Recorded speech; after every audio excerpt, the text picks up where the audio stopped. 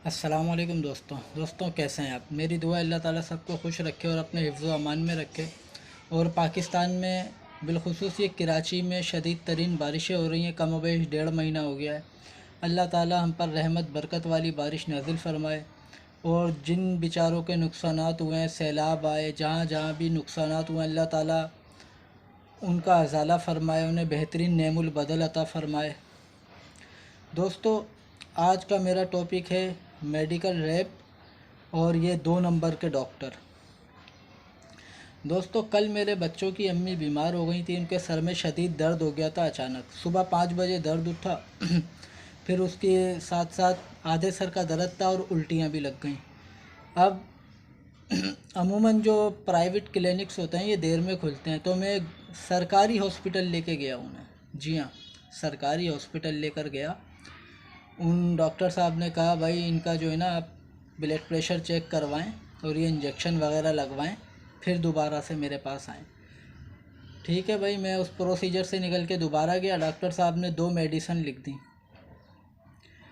तो जैसे ही मैं मेडिकल स्टोर पर गया हूँ, आपने भी देखा होगा अमूमन हॉस्पिटल के बराबर में मेडिकल स्टोर होते हैं, हर जगह होते हैं तकरीबन।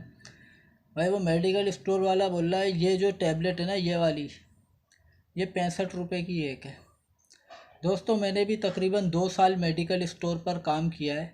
अब मैं तो चौंक गया। मैंने बोला, या अल्लाह खैर, ऐसी कौन सी बीमारी आ गई जिसकी दवाई 65 रुपये की एक गोली।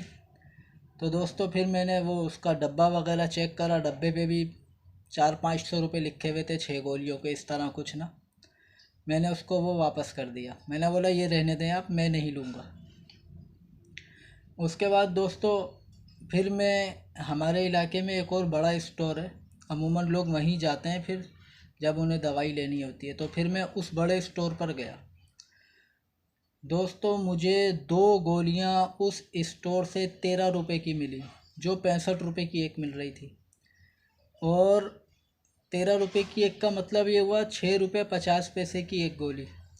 और ये थी भी मल्टीनेशनल टैबलेट। 6 रुपये 50 पैसे में हमें मल्टीनेशनल कंपनी की मिली। और वो 2 नंबर गोली हमें 65 रुपये की एक मिल रही थी। तो मैं ऐसे 2 नंबर दवाई बनाने वालों पर, 2 नंबर दवाइयाँ लिखने वालों पर लानत भेजने के लिए आया हूँ। देखो, ऐसा नहीं करो आप लोग। मरीज़ पहले ही अपनी प्रॉब्लम में होता है और तुम ऐसे मेडिकल रैप वालों के साथ मिलकर 2 नंबर दवाइयाँ बेच रहे हो। तो मैं ऐसे डॉक्टरों के ऊपर भी लानत भेजता हूँ जो ऐसी 2 नंबर दवाइयाँ लिखते हैं। आप आपका काम है फार्मूला लिखना। पूरी दुनिया में प्रैक्टिस होती है, फार्मूला लिख दिया जाता है। आप कंपनी का नाम क्यों लिखते हो?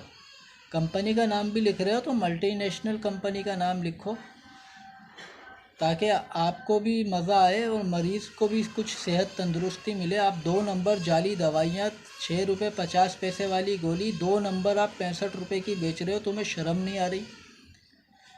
अब मैं एक और एक्सपीरियंस, अब मेरा ज़ाती एक्सपीरियंस होते हैं जो मैं आपके साथ शेयर करता हूँ। दूसरा एक्सपीरियंस सुने। मैं ऐसे ही फिर पहले भी एक दफ़ा तबीयत ख़राब हुई घर में, तो मैं डॉक्टर के लेके भागा।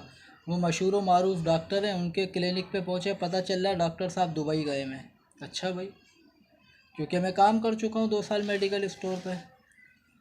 अब मैंने उनसे पूछा, भाई डॉक्टर साहब दुबई गए हैं तो घूमने गए होंगे?